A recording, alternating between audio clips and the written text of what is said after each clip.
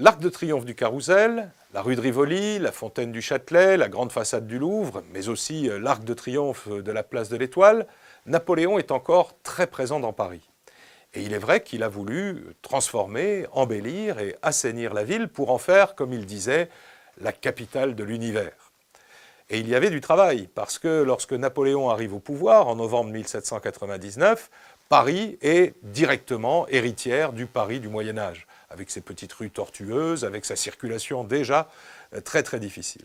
Alors Napoléon, en gros, va agir dans deux directions. La première, c'est l'embellissement de la ville.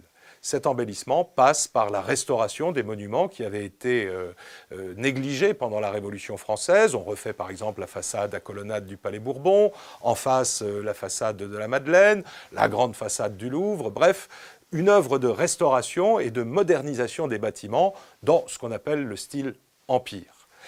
Il crée aussi, bien sûr, il crée des monuments, les monuments à la gloire de la Grande Armée. L'Arc de Triomphe du Carrousel en est un témoignage. La colonne Vendôme, qui est recouverte du bronze des canons pris par l'armée française à la bataille d'Austerlitz, en est une autre.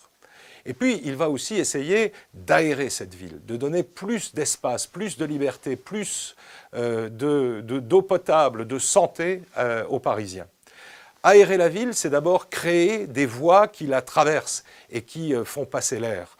C'est le but du percement de la rue de Rivoli, d'est en ouest.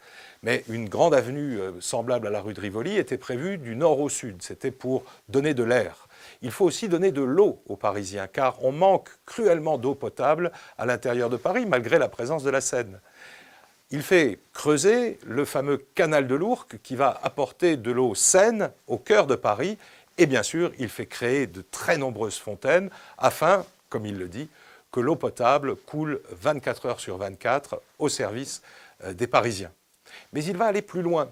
C'est Napoléon qui va prendre la première loi environnementale en classant les établissements polluants, dirait-on aujourd'hui, à l'intérieur de Paris. On va créer 3 classes, et la classe la plus dangereuse devra aller s'installer en dehors des murs de Paris.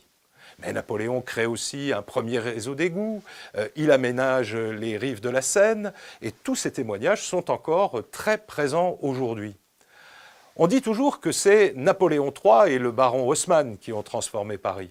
Mais en réalité, à y regarder de plus près, ils ont largement repris le programme qui avait été mis en place par Napoléon 50 ans plus tôt.